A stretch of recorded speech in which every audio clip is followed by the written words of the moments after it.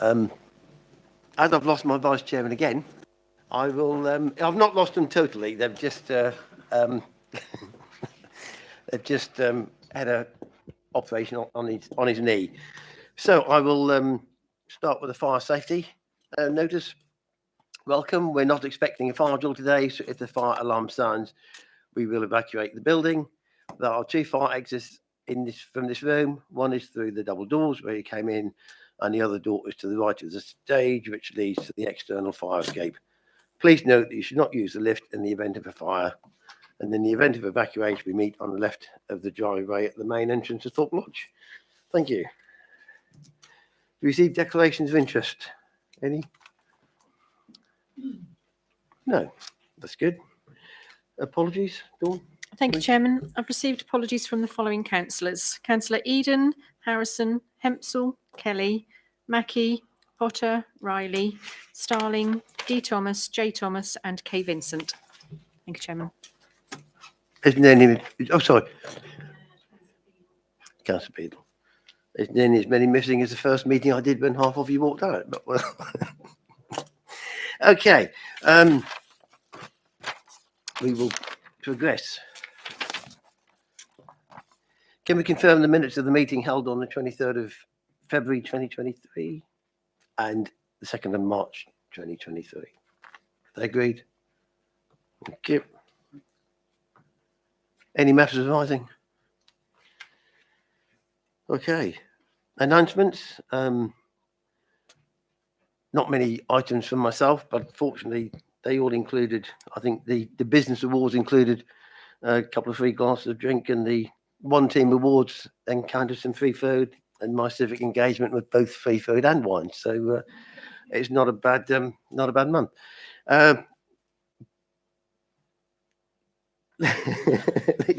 Leader, do you have anything comments? Nothing to add. No. I've got members of the cabinet. Councillor Mancini Boyle. Yeah, thank you, Chairman. Just a couple of updates, sort of thank yous and well dones that have happened since the cabinet meeting. Just to say, the benefits team have had their quarterly performance call with the DWP. Good to say the council is green all round. But the special thing about it really is the DWP have asked if they can come in for a site visit and see if they can pick up some good practice from us that they can share with other councils. So just wanted to thank the benefits team for that. And then I've had an update from the finance team. They are receiving, on average, 335 calls a week at the moment. Normal average is 40 calls. And most of this is people paying their garden waste bills. So again, thanks to the finance team for coping with that. Thank you. Thank you. And Councillor Leggett. Thank you, Chairman. May I add my thanks to the finance team and the processing of the green waste renewals. But I just want to draw Council's attention to the green loans, which have been launched. It's a £5,000 interest-free loan over 3 years, which to be spent on retrofitting homes, e.g. double glazing, solar panels, insulation, or even put it towards a heat source pump. Thank you. Thank you. Any other members of Cabinet? No. Okay, we have no questions and we have no public speaking. So moving on to decisions of the meeting and recommendations from Cabinet to 21st March. Leader, please. Thank you, Chairman. There's a few items here we need to deal with. So I'd ask Council to receive the decisions of the 21st of March. The items we need to deal with 8.1, which is the Norwich or Greater Norwich 5-year infrastructure investment plan 2023 to 28, and the annual growth programme for 2023-24. The draft Greater Norwich 5-year joint infrastructure investment plan includes progress reports on previously approved projects, proposals for new projects to be funded by the pooled community infrastructure levy SIL for 23-24, and also has the updates on the forecast for the SIL income and information on future project priorities. There's also proposals within the paper for the 3 amendments to the existing infrastructure investment fund, which details the process and practices linked to those. And the last thing in there links to a proposed deed of variation to be agreed for the Greater Norwich Partner Drawdown and Borrowing Authorisations Agreement to enable delivery of the Long Stratton Bypass. The recommendations are on the additional paper that was sent out, and start on page 50 of those. It's numbered, and it is under item 10, and the recommendations are A, 1 and 2, and B as listed there. I would ask council to approve those. Thank you. Okay. Any comments, or do you have a seconder? Fine. Okay. Oh, sorry, Councillor Holland. Yeah. Yeah, I was just interested in the signing of the deed of variation. I know the leaders just mentioned it was the Long Stratton bypass, which I think I may have missed in the summary document here. But my question really was about the original agreement and who signed it. So if it's specific to one item, then that's fine, and I'd quite like that clarified. But the second item really is if this is to be across more agreements, what would happen if, let's say, it says here, the delegate authority to the director of the place in consultation with the leader? How would we know what had been in those consultations and what had been agreed between the two people if that were, if there was any slight disagreement or whatever? Who makes that final decision, and where are those discussions recorded? Would you like to answer that, Leader? So, sorry. Any further questions? We'll deal with them all together. We'll just take that one then. Yeah. Okay. Thank you for that. Good. So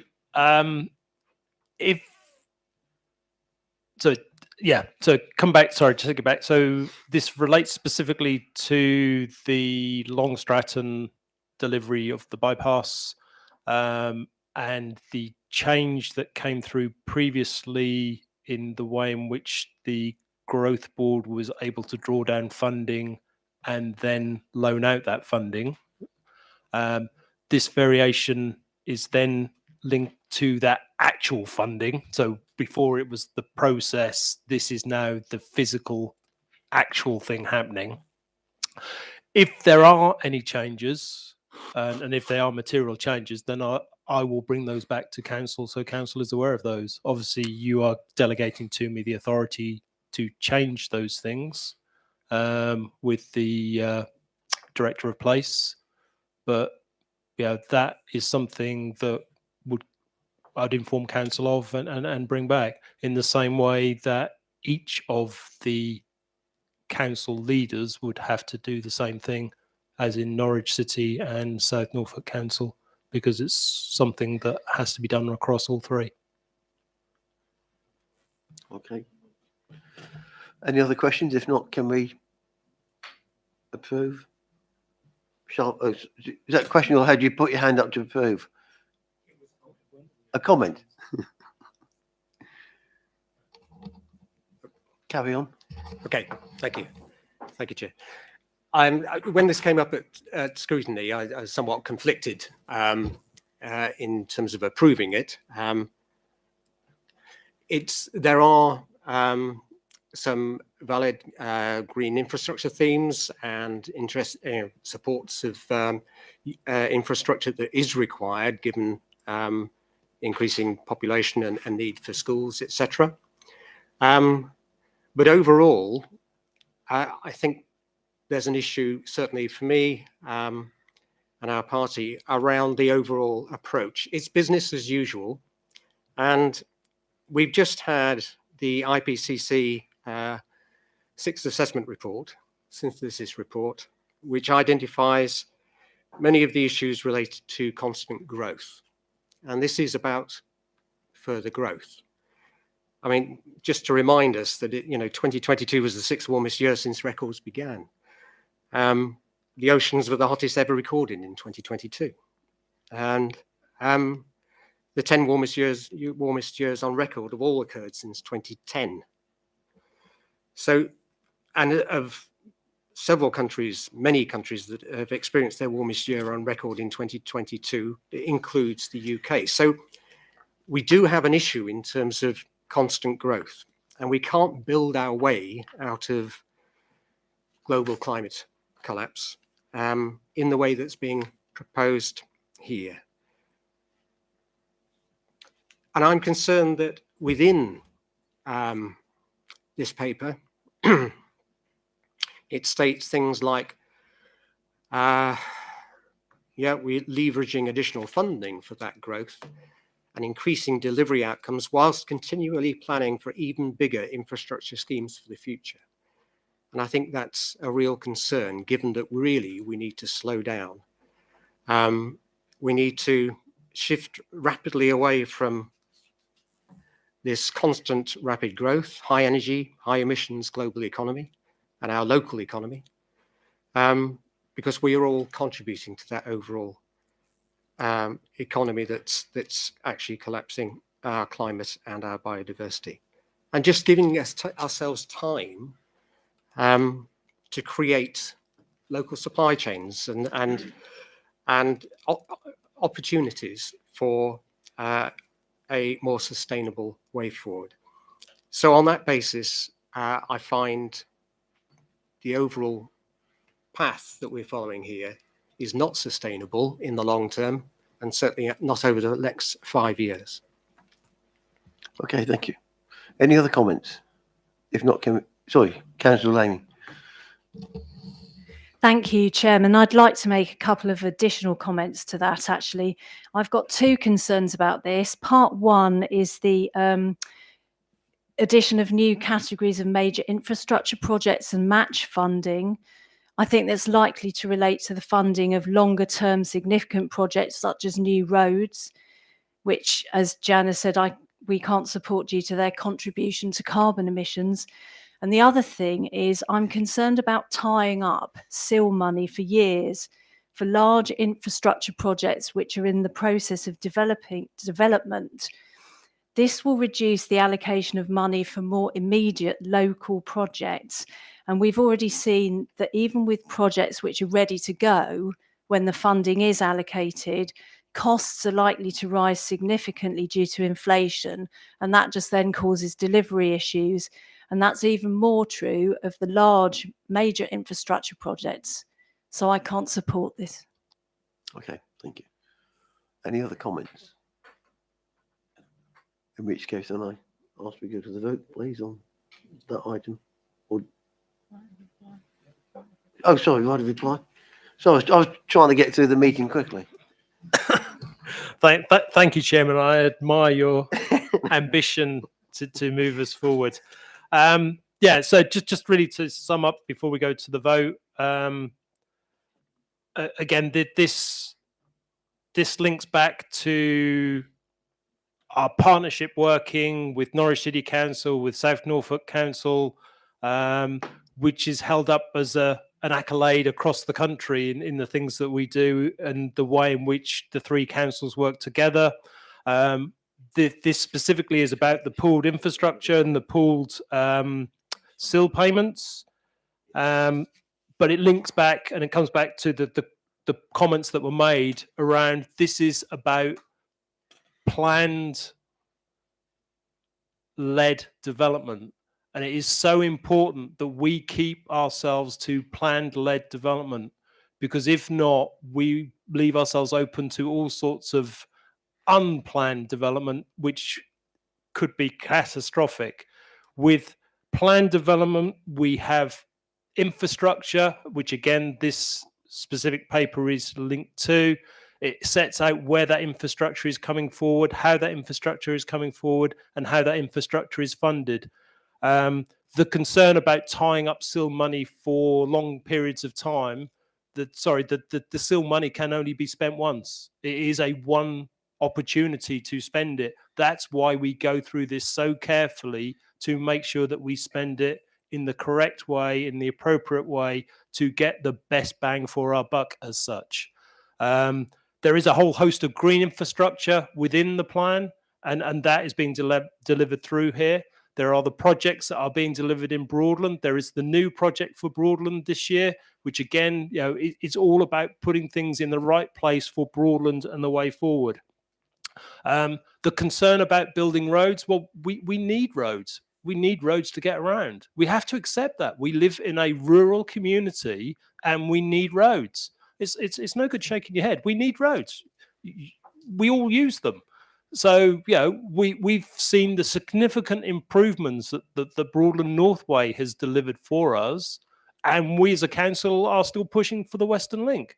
We want to see that delivered to free up all the congestion, all of the issues that are causing environmental issues around those villages in the northwestern part of our district. So those things are so important. So I would say, this plan is sound. This plan is structured in the right way. This plan is spending the money that this council has, as with the money from the other two councils, in the most appropriate way and in what deemed to deliver the best priorities. And I ask you to therefore to support it. Thank you, Chairman. Thank you. Now can we go to the vote, please? Those in favour?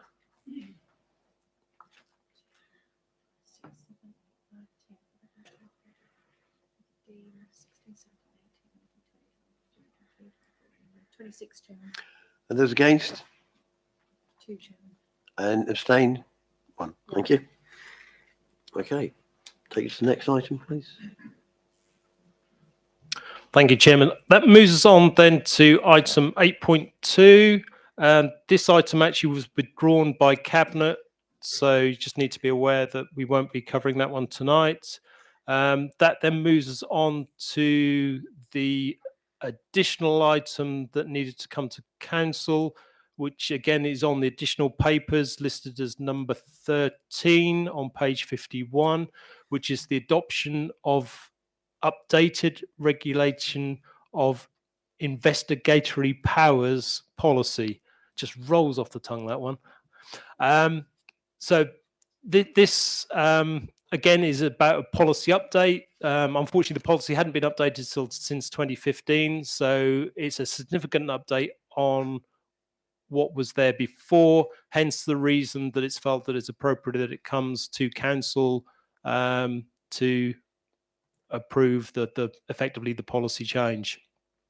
The two recommendations, as I say, are on page 51, and I'd like to recommend those to Council, please. Thank you. Do we have any comments? Councillor Holland. Yes, sorry, but there is another one here that says to delegate authority to make minor amendments to the policy. So we're delegating it to the Assistant Director in consultation with the portfolio. And again, I'm asking, where do we see and who decides what is a minor amendment? So when do we see the amendments and how do we know what the consultation has been and where are those discussions recorded? Because I think it's quite important that Council does understand what decisions are made by whom and when. Thank you. You? Yeah. So in terms of delegations, there's different routes through. So there's lovingly called PH1 forms, which is a portfolio holder delegations, DP1 forms, which are, I can't remember what they stand for, but they are all filled in there and they're sent around to councillors as and when those delegations are made. So when they go through and those consultations happen, they are recorded and a record is kept of those.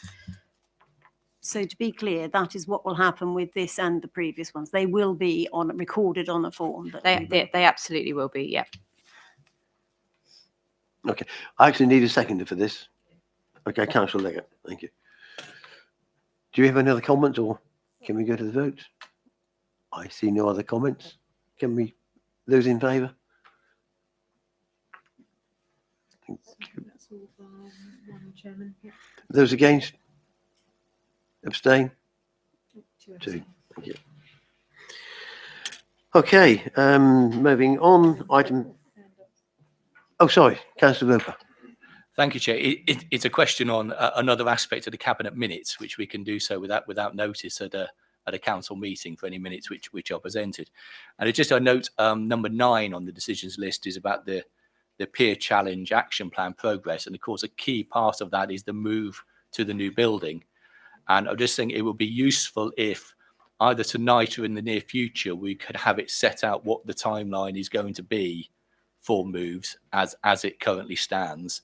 Because this is a question that's being raised, particularly by our parish councils, because they're delivering their election papers to the Horizon building. Some of them think we've moved there already, and that's clearly not the case. So if either we could have something tonight or in writing in the next few days, I think that would be very helpful. Okay, thank you. Can I ask the leader? Yeah, certainly. Update? I'd just refer you back to the last email you got, and I believe it came from the Director of Resource that set out the timetable for our move, which highlighted it to be just after the elections is when we were planning to move in. As you know, the work is underway at the moment to get the building fit for us. So there'll be no change to that. It will be, I think it's the second week of May off the top of my head, but you'd need to refer back to that email that you received that will have that in there. So we can confirm that we don't expect any slippage from that as set out. It is what we expect.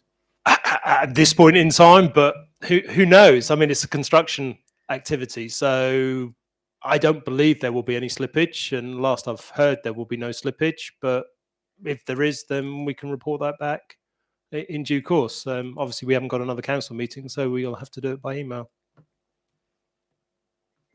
Okay, thank you. Moving on, just to receive the minutes of the Licence and Regulatory Committee.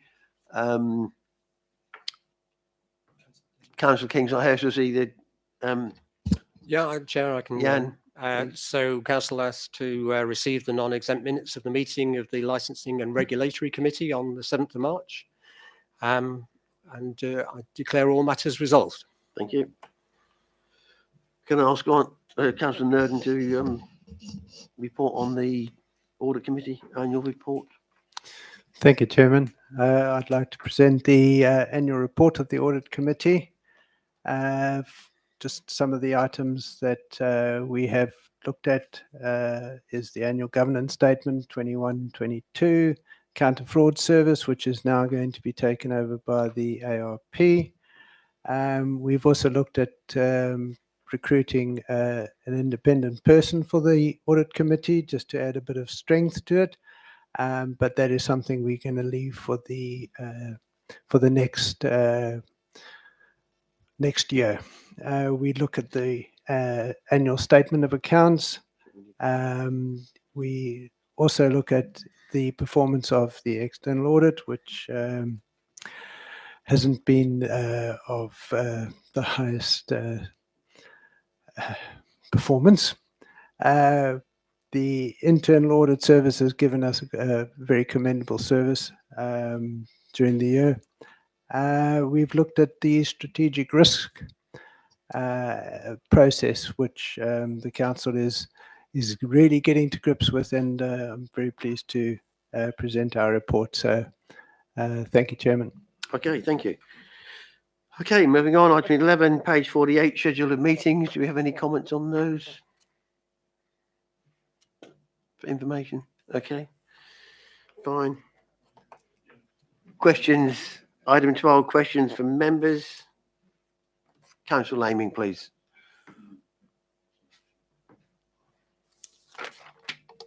Thank you, Chairman.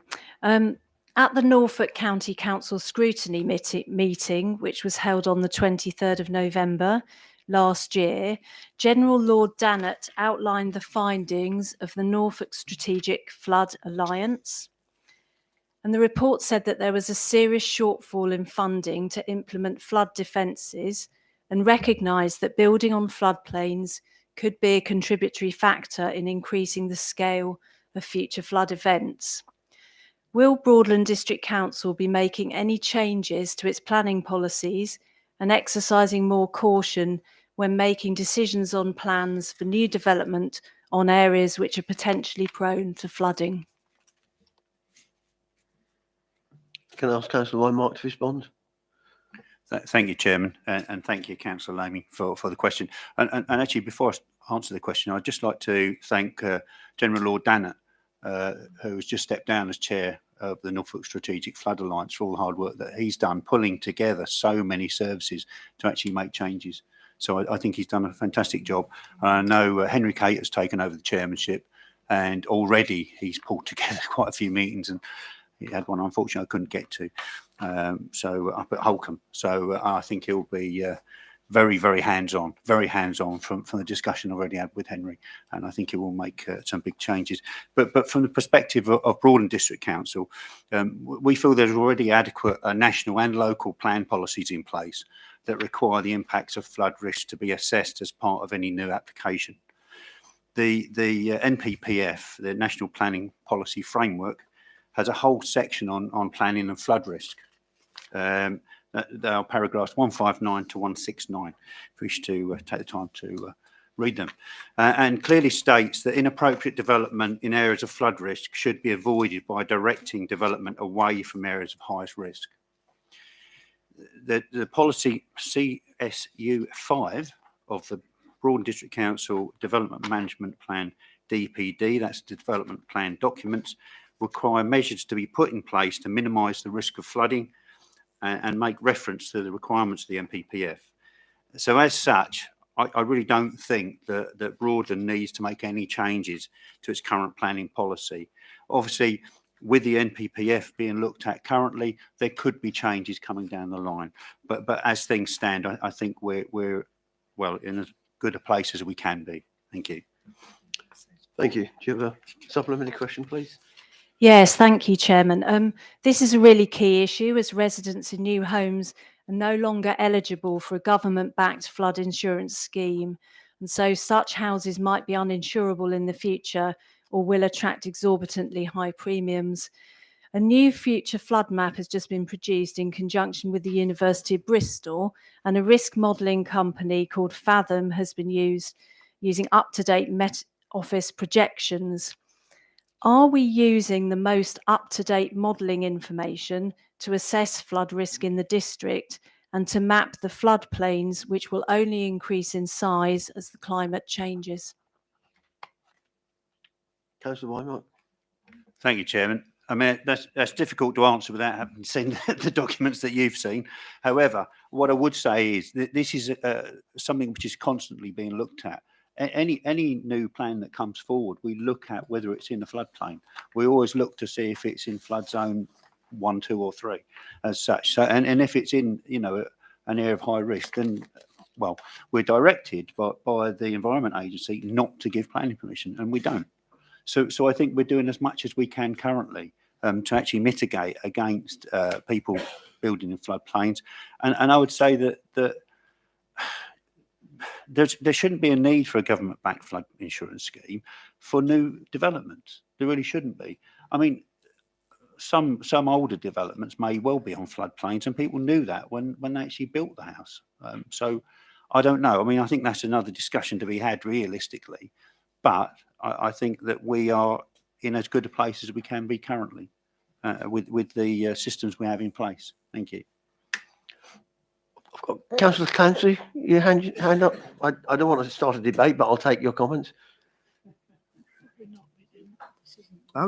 Chairman, all I was going to say is I would concur with what Councillor Wymont says. There is a rigorous process through the whole local plan process, through, as the leader knows, through the GNDP process. There's a phenomenal amount of assessment goes on in relation to the location of sites for building. And it's not just that part of the process, it's further down the line in terms of when applications come forward. There's a rigorous flood risk assessment process. And again, as the portfolio says, holder says, they are assessed as an instance of 1, 2, or 3. If in doubt, this is a major consideration through the consultation process. Both the lead flood authority, which is Norfolk County Council, and the Environment Agency both have an opportunity to comment. So I would strongly suggest there is a rigorous process in place to assess, especially for new builds. Yes, I would again concur with the comments made that properties which have been built for some time, the impact of insuring and the risk associated with flooding with those kind of properties is much, much greater.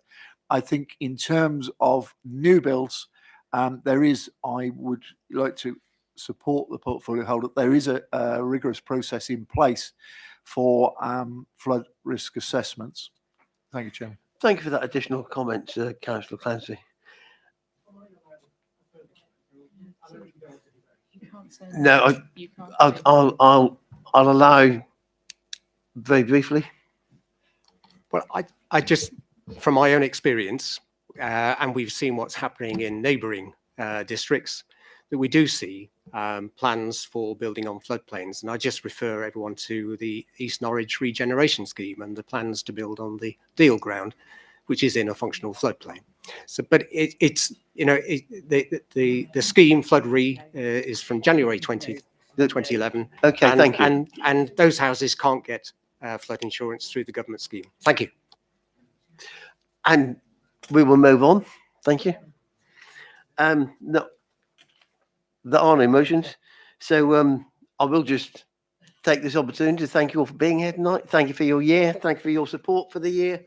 And I wish all of those people success who are standing for re-election. And I wish those who are standing down plenty of free time. And that's why I'm standing down after 25 years. So good luck on the elections. I've thoroughly enjoyed my year. Started off badly, but we have got you all here tonight.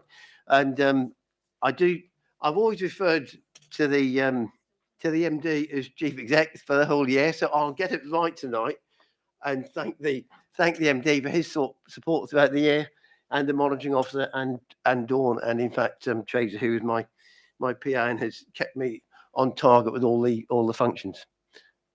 Thank you very much indeed, and safe journey home. And really, 34 minutes is not a bad time to finish off the year. And I would encourage, I can't because we've no idea who may be chairman, but I'd encourage my chairman next year to aim for 34 minutes per meeting.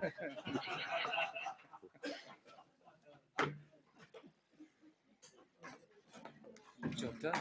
Job done. Job done. Thanks, John.